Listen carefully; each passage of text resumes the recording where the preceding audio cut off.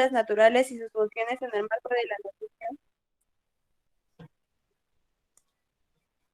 Identificas y muestras evidencia de una problemática nutricional a abordar en tu comunidad.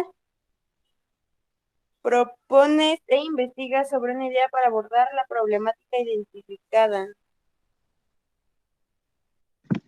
Perfecto, muchas gracias, Saraí. Entonces, bueno, este título ya ven que intento como ponerles nombres chuscos a las guías y no sé si ustedes comprendan justo estas referencias que utilicé en el título, pero por ejemplo, no sé si han escuchado por ahí o han visto en los memes que se llega a utilizar el término de vamos a hacer la dormición, vamos a hacer la morición, vamos a hacer la cocinación.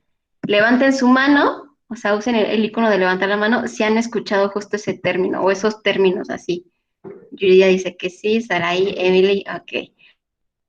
Entonces aquí no vamos a hacer la morición, ¿va? No, vamos a hacer la nutrición una cosa pues positiva para todos nosotros y nosotras. Y también sumé esta otra referencia que no sé, igual me ayudarán ustedes con sus manos. Si han escuchado justo como referencia a estas relaciones tóxicas, en donde te dicen, por ejemplo, si critican la forma en que te vistes, ahí no es. Si te violenta psicológicamente, ahí no es. Ok, Giselle también, si lo conoce, Arlet, ok. Entonces, unifiqué como que estas dos referencias pues andan por ahí en Facebook y demás, en las redes sociales. Y entonces, para hacer referencia a esto, ¿no? Si tu crush no hace la nutrición, pues ahí no es, ¿ok? Si tu crush o tu pareja no hace la nutrición contigo, ahí no es, ¿va?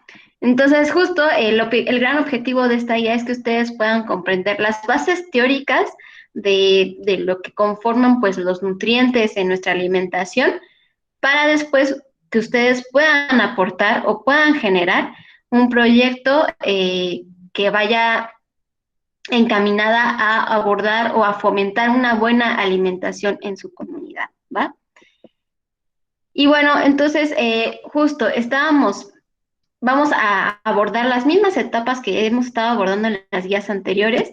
Estamos en esta primera semana donde abordamos el tema o la etapa de punto de partida, cuyo objetivo, les recuerdo, era el que ustedes fueran capaces de recordar nutrientes que podemos encontrar en algunos productos y que los pudieran asociar a macromoléculas orgánicas de relevancia. Pero para eso, obviamente, primero tenemos que comprender qué son las macromoléculas orgánicas. Y antes de llegar a ese punto, ayer justamente nos quedamos en la parte de que, bueno, estábamos abordando como la forma en cómo se pueden nutrir los organismos, ¿no? Existen organismos heterótrofos y organismos autótrofos, cuya diferencia radica en que los organismos heterótrofos obtienen sus nutrientes a partir de la incorporación o la ingesta de otros organismos o productos derivados de esos organismos. Justamente ayer veíamos el ejemplo de la levadura, ¿no? La levadura, que es un hongo microscópico, que la podemos encontrar en la cerveza, ingiere un producto derivado de otro organismo. ¿Cuál era ese producto derivado del otro organismo? Pues el azúcar, ¿no? El azúcar de qué? Pues el azúcar de la piña, en el caso del tepache, el azúcar de la leche, el azúcar de la leche cuando, por ejemplo, se va a hacer yogur, ¿no? El azúcar de la uva cuando se va a hacer vino, etcétera, etcétera. Entonces, se dan cuenta, ese azúcar proviene de otro organismo, en este caso, pues, de las frutas o de otro tipo de sustancias, digo, o de otros organismos. Eh, y bueno, entonces, justo en este caso, la levadura como organismo heterótrofo hace ingesta de estos productos derivados o directamente se consumen a los organismos. Por ejemplo, no consumimos tal cual únicamente el azúcar de la piña, como lo haría el caso de la levadura, nosotros nos comemos la piña completa, ¿no? O sea, comemos junto con los azúcares de la piña, pues otras sustancias, otros compuestos que están en la piña. Entonces, depende, ¿no? Si consumes productos derivados de otro organismo o consumes directamente algo del organismo, alguna parte del organismo, estás haciendo un organismo con nutrición heterótrofa, ¿va? Entonces, yo les decía que básicamente todo lo que tenía boca era un organismo heterótrofo. Igualmente, ayer veíamos que el modelo así súper de referencia para identificar los organismos autótrofos eran justamente las plantas. Las algas y alguno que otra bacteria con clorofila tienen la capacidad de obtener sus nutrientes de forma autótrofa, es decir, no necesitan consumir productos derivados o consumir a otros organismos. Ellos solitos, los organismos autótrofos, son súper empoderados, son súper autónomos, súper independientes, no necesitan de nadie más que sustancias muy básicas para convertir o para crear su alimento dentro de ellos mismos. Es casi, casi como una cuestión de, no sé, Jesús que convierte el agua en vino, así, de algo muy, muy básico como el agua. Los organismos autótrofos pueden hacer magia y convertir y más bien crear como compuestos y nutrientes importantes para pues, su funcionamiento, ¿no? Y justo les quería como hacer una representación de más o menos cómo se ve la fotosíntesis, ¿no? En estos organismos autótrofos, que no solo son las plantas, les recuerdo, son todos aquellos organismos que pueden tener clorofila en su estructura celular, ¿no? ¿Y cuáles son estos organismos? Pues pueden ser justo las plantas, pueden ser las algas, pueden ser algunas bacterias, ¿ok? Pero bueno, pues obviamente la principal referencia pues son las plantas y les voy a compartir otra pantallita en donde les voy a mostrar un poco cómo se ve la estructura general de tan solo una hoja de planta, ¿ok? De cualquier planta. Ah, miren, aquí estoy viendo el comentario de Sara y si no te cocina rico, ahí no es. También, súper válido. ¿Ok? Entonces, bueno, imagínense que cortamos una planta y que hacemos zoom. Zoom, zoom, zoom. O sea, sí, ¿no? ¿Saben qué es hacer zoom? Amplifican, ¿no? O amplían como la imagen. Entonces, hacemos zoom y de ahí vemos que dentro de alguna parte del tejido de la hoja de la planta encontramos estos circulitos que ven aquí. ¿Qué son esos circulitos? Ah, pues todas las células que conforman el tejido pues vegetal. Son muchísimas células, ¿no? Y entonces agarro una sola célula y le hago zoom, zoom, zoom, zoom, zoom, zoom.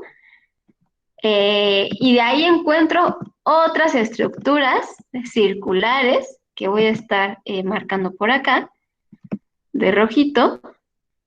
Estas estructuras, color verdecito, se llaman cloroplastos.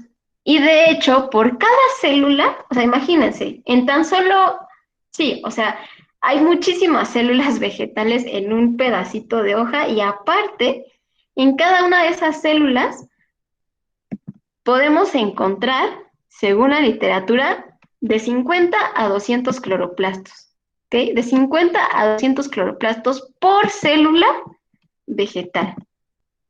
Y considerando que tenemos un montón de células vegetales en una hoja tan siquiera, podríamos asumir que prácticamente si ustedes toman 1 milímetro cuadrado de un pedazo de hoja, van a poder encontrar hasta 500,000 cloroplastos, ¿va? Entonces, el mundo microscópico y molecular es inmenso, es como un universo, pero en pequeñito, ¿no? De verdad no tenemos ni idea de cómo, no nos podemos, al menos yo no me puedo imaginar cómo funciona el mundo molecular. Pero bueno, entonces, dentro de cada uno de esos cloroplastos, estos que iba encerrando de rojito, vamos a encontrar otras estructuras que se llaman granas, ¿ok? Y para este ejercicio de representación, vamos a asumir que mi casa es solo un cloroplasto. Eso podría ser justo que pues tal vez toda mi colonia fuera una sola célula vegetal, que cada casa fuera un cloroplasto y en este caso vamos a adentrarnos a mi casa. Vengan, acompáñenme a conocer mi cloroplasto. Y imagínense entonces, en el cloroplasto hay un pigmento bien, bien importante que le da justamente ese color verde a las plantas. ¿Alguien sabe cómo se llama ese pigmento?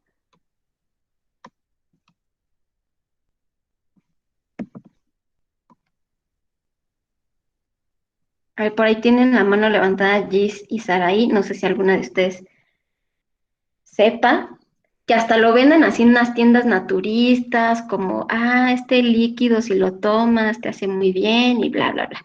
Y es justo el color, es la estructura química que le da ese color verde a las plantas, la clorofila, exactamente, Miguel. ¿Sale? Entonces, en este ejercicio, mi casa es el cloroplasto, yo voy a representar estas cositas de aquí que hay en cada cloroplasto y que se llaman granas, ¿va? Ya no soy Pem Rocío, ya soy grana. Hola, mucho gusto. Hay otras granas aquí en mi casa, pero pues ahorita solamente vamos a hacer el ejercicio conmigo, ¿va? Y entonces yo como grana tengo mi pigmento verde, ¿va? Aquí lo ven. Tengo mi pigmento verde. Imagínense que pues este pigmento verde está en general alrededor también dentro de mi casa. Y entonces ese pigmento verde, ¿qué hace? El pigmento verde lo que hace es ser un receptor de la luz, ¿va? Ahí, de la luz del sol. Y entonces, la fotosíntesis decíamos que era un proceso donde se convertían sustancias muy simples a sustancias más complejas, que justo esas sustancias complejas pues sean los nutrientes de la planta. Entonces, ¿cuáles creen que sean esas sustancias simples que va a utilizar la planta para convertirla en nutrientes? Escucho propuestas.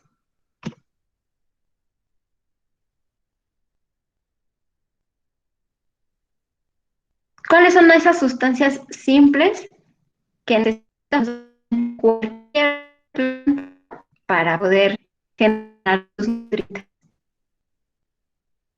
¿Qué necesitan de ley las plantas?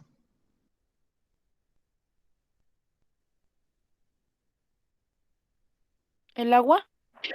Agua. Entonces yo como grana, hola a todos, pues voy a hacer mi magia.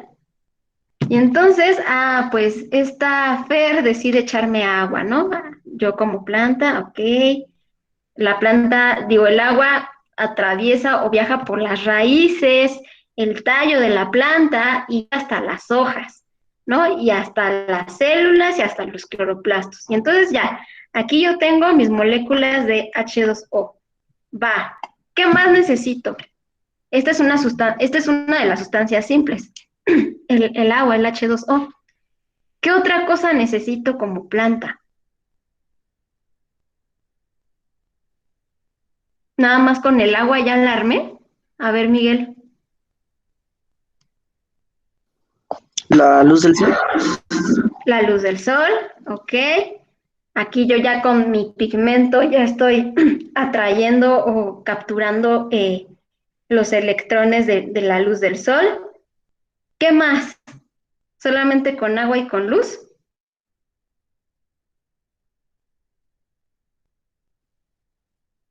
¿Minerales? Minerales, ok. Emily, también habías levantado la mano. ¿Será aire? ¿Aire también? Aire, ok, perfecto. Entonces, Por un lado están los minerales, sales y minerales. ¿Cuáles pueden ser esos minerales que incluso hasta encuentran, no sé, por ejemplo, en las tablas nutrimentales de su cereal o del chocolate, no sé? Puede ser como de, sí, fortificado con zinc y hierro y todo eso, ¿no? Entonces, justo mi salero va a representar a esa cantidad de sales y minerales que vamos a encontrar en la tierra, ¿va? Entonces, toda esa cantidad de sales, minerales que se encuentran en la tierra, viajan junto con el agua hasta mis hojas, ¿no? Hasta mis células o hasta mi cloroplasto. Y ahora también lo que decía Emily, aire. ¿Qué compuesto específico del aire? Pues el dióxido de carbono. Nosotros como humanitos inhalamos oxígeno. ¿Y qué exhalamos? Dióxido de carbono. Perdón, perdón. Dióxido de carbono. Exactamente, dióxido de carbono, ¿ok? Entonces ese dióxido que expiramos nosotros, o exhalamos más bien, todos los organismos que hacemos respiración, vamos entonces a darle ese compuesto de CO2 también a la planta. Pero pues ahorita de dónde saco CO2, pues lo voy a sacar de ustedes, obviamente, de lo que ustedes estén exhalando. Entonces, por favor, abran sus micrófonos y soplen o exhalen aquí en mi mezcla.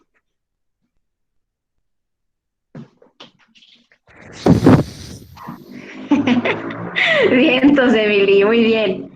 Ok, y Gerardo dice, pues sí, dentro de una buena temperatura. Esos son como igual factores también importantes, pero lo más importante son justamente estas sustancias que ya abordamos.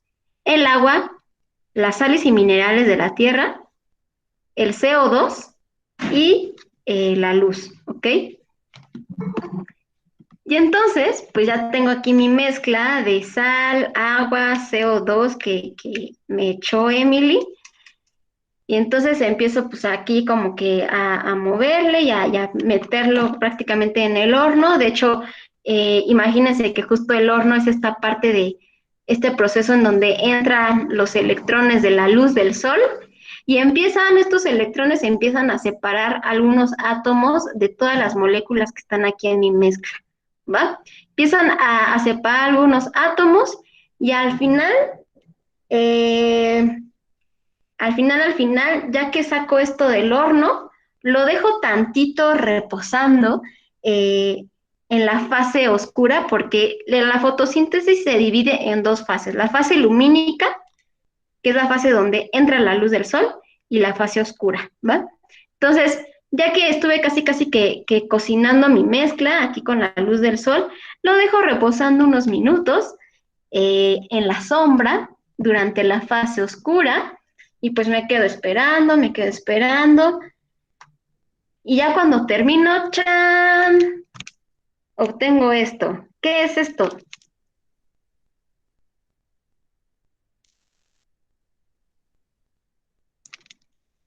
¿Qué es? Un dulce. Un dulce. ¿Y qué tienen los dulces? ¿Qué tipo de Glucosa. glucosa? Exactamente, ¿va? Entonces, ¡tarán!, de mis sustancias simplonas como agua, minerales y CO2, ¡tarán!, me hice hasta mi dulce, mi glucosa, acá está súper empaquetadita y todo bien cute. Y pues ya, ¿no? Ya tengo que comerme entonces ahorita, ¿no? Básicamente, ese es el proceso de la fotosíntesis, eso es lo que hacen las plantas. Y ahora les iba a presentar estas diapositivas. Espérenme un momento. Ay, no era esta. Perdón.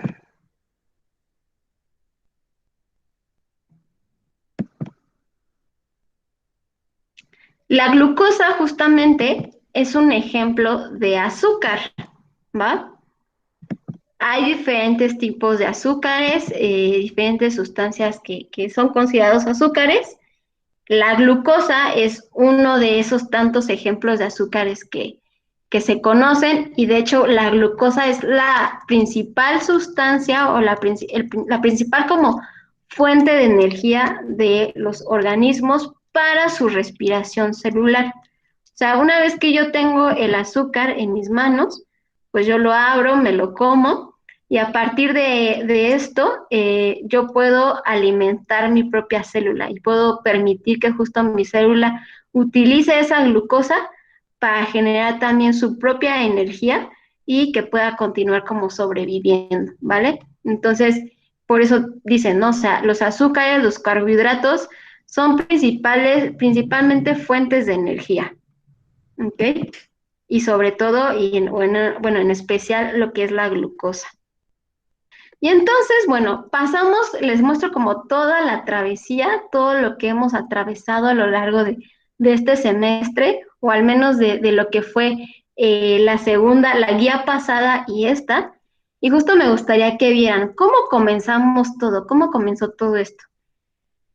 Yo les comentaba que justo hay un elemento que representa la base de, pues, de su vida o de cualquier compuesto orgánico. ¿Cuál era ese elemento?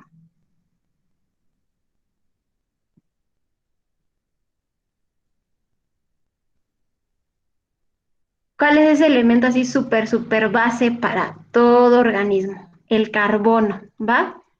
Y entonces el carbono, los átomos de carbono, pueden generar sustancias tan simples como el diamante o el grafito, el que encuentran en el lápiz, porque estas sustancias o este tipo de materia se origina a partir de la unión de átomos y átomos y átomos de carbono, puros átomos de carbono unidos entre sí, ¿sale? Cadenas de carbono. Y bueno, esa es como la unión más sencilla que puede generar el carbono entre sí. Pero acuérdense, este elemento o el carbono es un elemento súper buena onda, súper amiguero, súper compartido, y no solo le gusta hacer uniones o enlaces con otros átomos de carbono. ¿Con quién siempre jalaba en las fiestas? Así que eran uña y mugre, pan y mantequilla. ¿El carbono con quién? Con el hidrógeno, ¿no? Con el hidrógeno, ¿ok? Entonces, pues las cosas ya se empiezan a complicar un poquito más. Ya no estamos hablando únicamente de cadenas de carbono, que forman pues sustancias puras, sustancias muy simples. Ya estamos ahora hablando de otro tipo de sustancias conformadas por la unión de átomos de carbono con átomos de hidrógeno. ¿Alguien se acuerda cómo se le llama a todo este grupo de sustancias conformados por la unión de carbono e hidrógeno?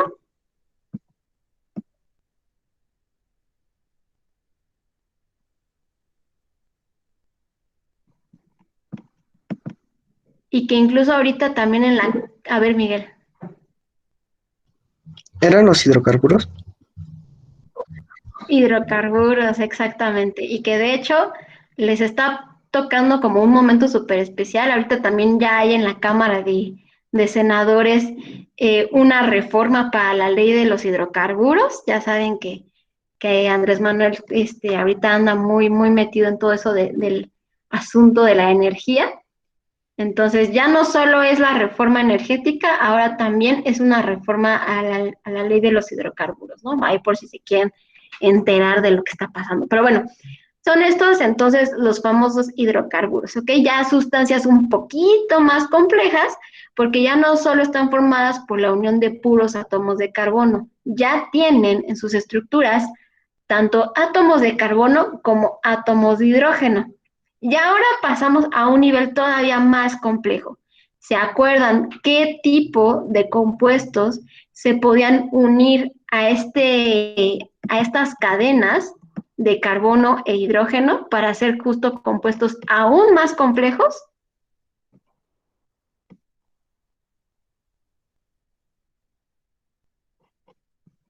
¿Se acuerdan cómo se le llamaba y que lo veíamos justamente ayer, que hicimos un ejercicio de verificación?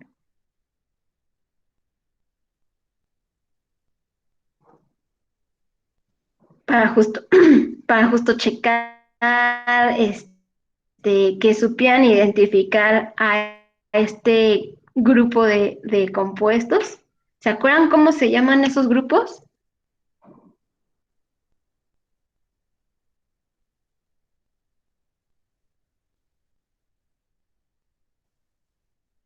¿Nos acuerdan? Los vimos ayer en el ejercicio de verificación al inicio. Yo les nombraba y les decía, a ver, identifícame este grupo y dime qué sustancia forma. Identifícame este otro grupo, dime qué sustancia forma. ¿Cómo se le llamaban a todo ese conjunto de grupos? ¿Grupos qué?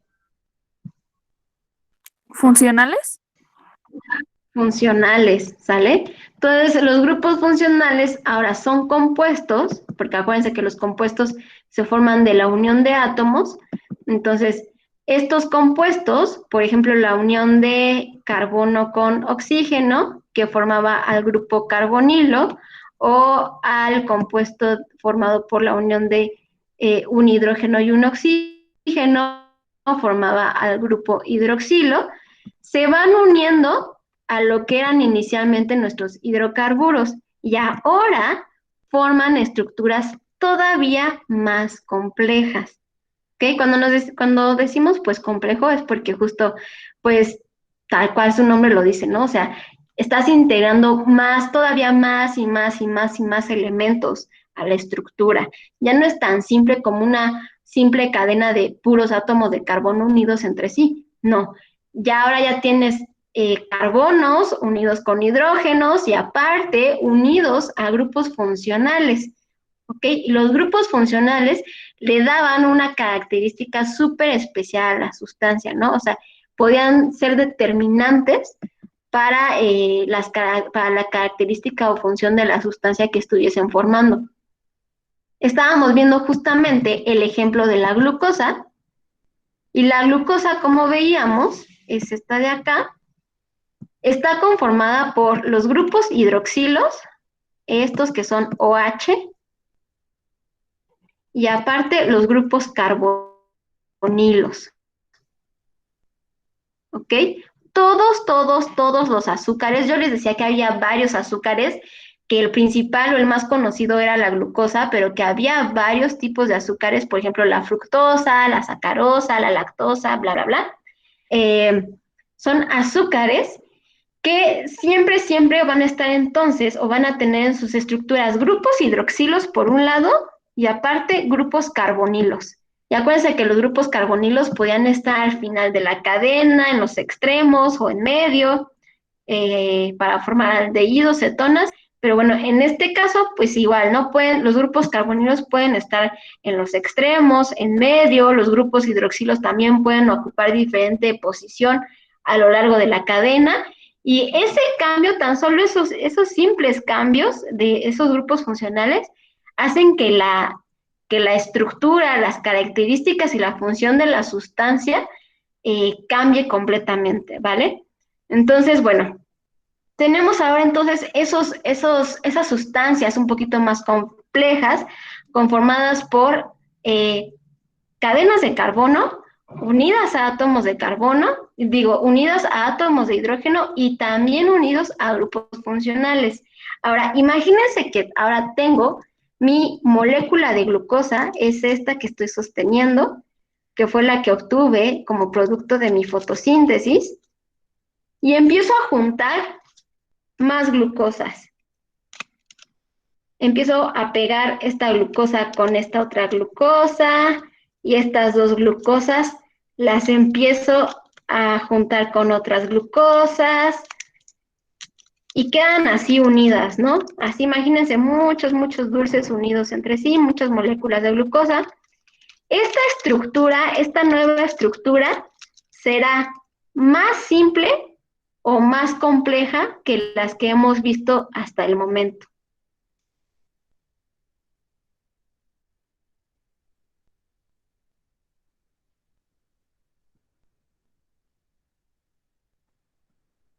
Si yo les decía que justo al referirnos con complejo nos referíamos a estructuras con más elementos, todavía más, o sea, tú súmale súmale elementos, súmale átomos, súmale enlaces, súmale compuestos, tu sustancia va a ser todavía más compleja. Entonces, en este caso donde tengo mis moléculas de glucosa, y que acuérdense, ahí ustedes están viendo en la pantalla lo que es una glucosa, cómo se ve una glucosa molecularmente hablando. Imagínense que tomo esa glucosa y la junto con otra glucosa. Y esas dos glucosas las junto con otra glucosa. Y estas las junto con otra glucosa y así hago cadenas de glucosa.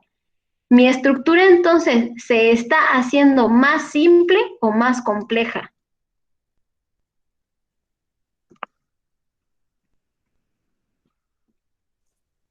¿Más compleja? Exactamente, más compleja. Le estoy sumando todavía más elementos, más átomos, más enlaces. Se está haciendo más grandotota, ¿sale? Y entonces, esa, esa estructura más compleja se va a llamar polímero. Polímero. ¿Alguien conoce las relaciones poliamorosas? ¿O saben lo que es ser poliamoroso? Un policía enamorado. Buena esa. Pudiera ser, pudiera ser. ¿Alguien más? O lo que serían las relaciones, o por ejemplo la poligamia. ¿Han escuchado ese término? ¿En qué consiste? La poligamia, el poliamor. Son como pueblos opuestos. Mm, por ahí, por ahí. El poli, o sea, el prefijo poli significa mucho, varias partes, ¿sale? Cuando yo digo poliamor, me refiero a muchas relaciones, básicamente, ¿no? Como una relación poliamorosa es básicamente tener muchas parejas al mismo tiempo, pero de forma consensuada, ¿no? O sea, con el consentimiento y conocimiento de todas las personas, ¿no? No es un engaño, no es infidelidad, es que yo estoy saliendo con 4, 5, 2 chavos más, o 2 chavas más, 3 chavas más, eh, y tengo, o sea, tengo una relación sexoafectiva con esas personas al mismo tiempo, ¿ok? Entonces, obviamente no es engaño porque todas las personas involucradas lo saben, lo conocen, están enteradas y están de acuerdo, y a eso nos referimos con poliamor, esa cuestión de las personas que llegan a, pues, gustar de muchas personas al mismo tiempo, ¿va? La poligamia, por otro lado, son aquellos tipos de matrimonio donde, por ejemplo, muy común en Medio Oriente, muy común en África, donde los hombres llegan a casarse a tener muchas esposas, ¿va? Por lo general se ve en los hombres principalmente. Esas son matrimonios poligámicos, o esa es una relación poligámica, donde una persona, un hombre, tiene o está casado con varias mujeres, ¿no? Eh, entonces, el prefijo poli significa mucho, muchas partes unidas entre sí. Exactamente, Saraí. Miguel, no se enojan entre ellas, se saludan. En el poliamor debería de ser así, ¿no? Porque todas las personas involucradas están enteradas, están de acuerdo, pueden salir entre sí, o sea, pueden salir como en bolita, o pues cada quien, pues, no sé, se reparte su tiempo, ¿no? Todo depende de las personas, pero existen, ya sean ustedes que son chicos millennial o son generación Z, no me acuerdo, van a ver este tipo de relaciones todavía más común, ¿no? O lo van a ver un poco más, o lo van a hacer, o lo van a ver más normalizado en un futuro. Pero bueno, a lo que me refiero es que justo el prefijo poli significa mucho, muchas partes unidas entre sí. Entonces, un polímero es en sí la unión de muchas estructuras, ¿ok? ¿Cuáles son esas estructuras? Les vamos a llamar meros, ¿ok? Si se trata de una sola estructura, un solo compuesto, en este caso, o una sola molécula, en este caso mi molécula de glucosa, va a ser un monómero. Mono significa uno, una parte, una unidad, ¿sale? Entonces, cuando yo tengo mi molécula, una sola molécula de glucosa, se trata o estoy hablando de un monómero. Si yo tengo dos moléculas de glucosa, se llama dímero, porque di significa dos, y estoy teniendo dos meros, ¿ok? Monómero, dímero, y conforme voy juntando más y más y más y más moléculas o compuestos del mismo tipo, voy a formar polímeros, muchas partes unidas entre sí, ¿sale? Entonces, las glucosas pueden formar cadenas muy largas, o sea, pueden formar polímeros, se pueden formar polímeros de glucosa, se pueden formar polímeros de fructosa, se pueden formar polímeros de etileno. ¿Alguien se acuerda qué era el etileno o dónde lo encontrábamos o qué sabíamos del etileno? Era el de licor, ¿no? Ese era el etanol. Eno.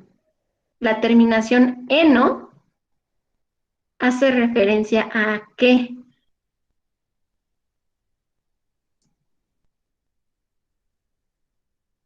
Puede ser tanto, acuérdense de los tipos de hidrocarburos que existían. De hecho, está por, bueno, no.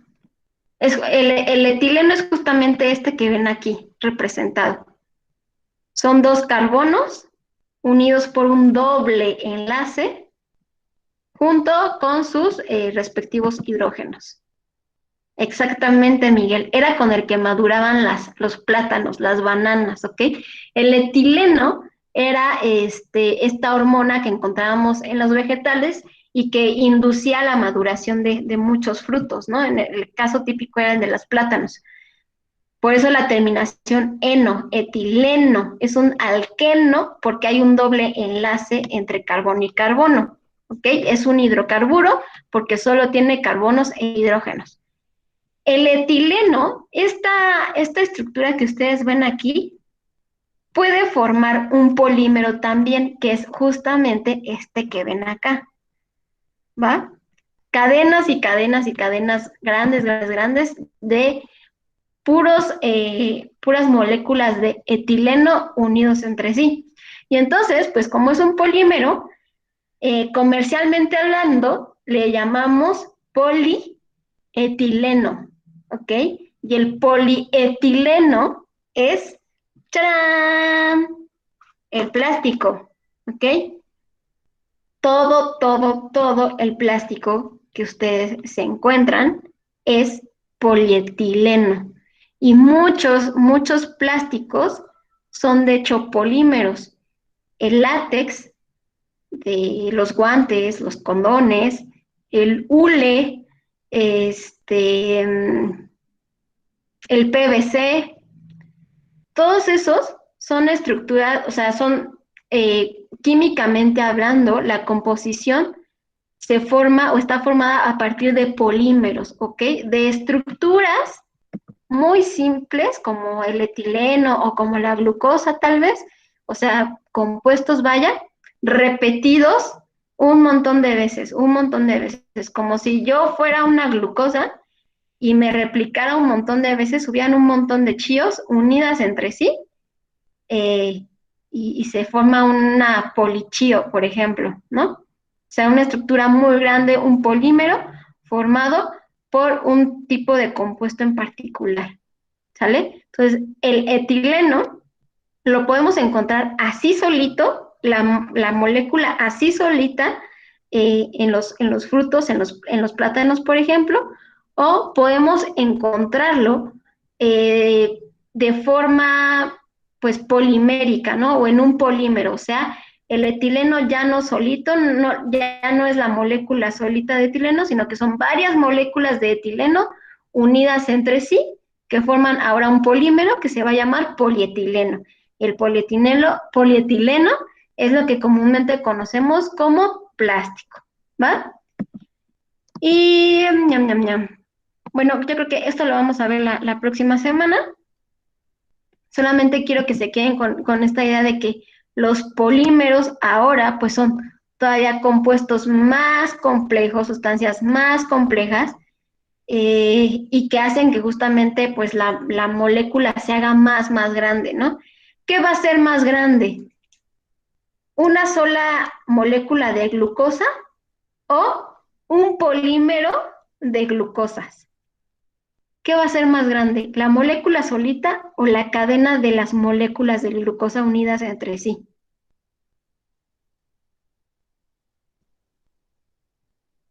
¿O qué es más grande, yo solita, siendo chío nada más, o un polímero de chío? Puras chíos.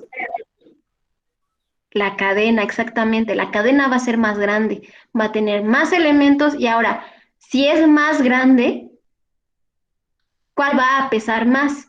¿El monómero, o sea, yo solita, o el polímero? Muchas yo unidas entre sí. ¿Qué va a pesar más?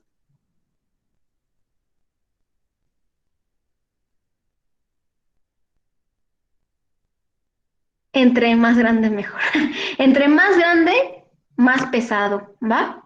Entonces, los polímeros, justamente otra característica de los polímeros es que tienen una masa molar muy grande, 10.000 UMA.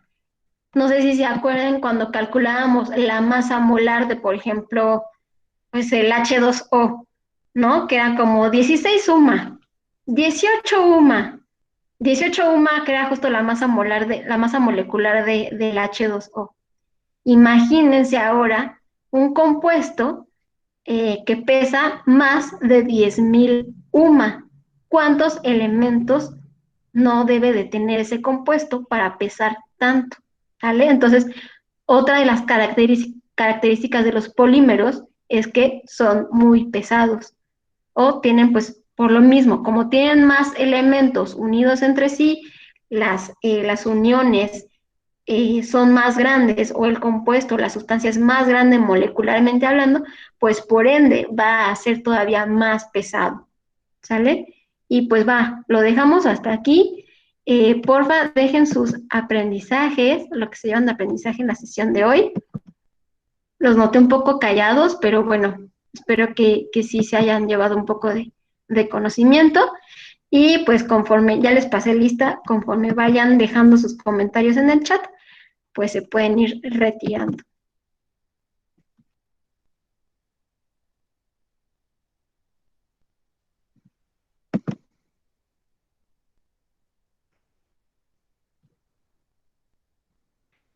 Listo, Jessica dice, entendí que el polímero se puede hacer cada vez más grande y los polietilenos son plásticos y los polímeros son pesados. Súper, muy bien, Jess. Muy bien.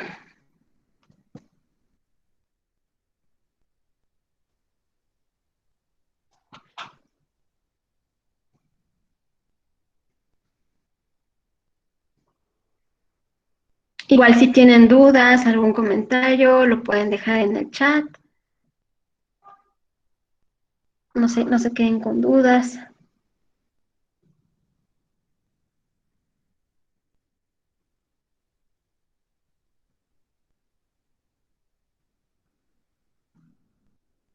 Saraí, entendí que un polímero de chíos es mejor que una sola chío y que entre más grande, más pesado. Igual y no tan mejor, no significa que un polímero sea mejor, es solo que es más grande. Imagínense muchas chíos, ¿no? Estaría, no sé, ustedes decidirán si estaría muy padre eso o estaría muy terrible. Pero sí, sería más pesado un polímero, ¿no? Siempre un polímero es más pesado. Perfecto, Sai, muchas gracias. Yo solo hay una, exactamente. E igual espero que la representación de lo que era la fotosíntesis les haya aclarado un poquito más o se les haya hecho un poquito más sencillo de comprender. Me llevo el conocer la casita de Chio, que es la fotosíntesis, también de que polímeros pueden aumentar como también su peso y también me gustó cómo lo relacionó con el poliamor. Sí, también. No lo usen de pretexto para tener muchas parejas, por favor, porque eso lo suelen hacer a veces. Pero sí, está interesante también eso del poliamor. El mundo sería mejor si hubiera más personas como usted. Ay, muchas gracias, Saray.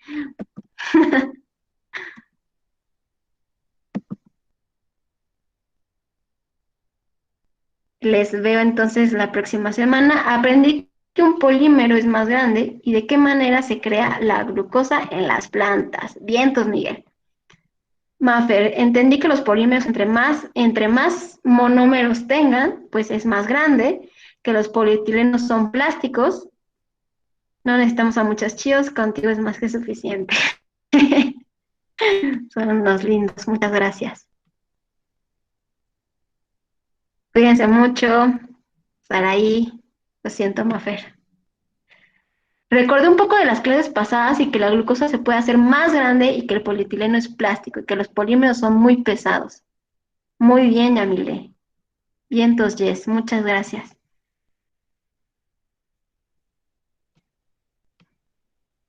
Cuídense muchísimo. Muchas gracias, Dani.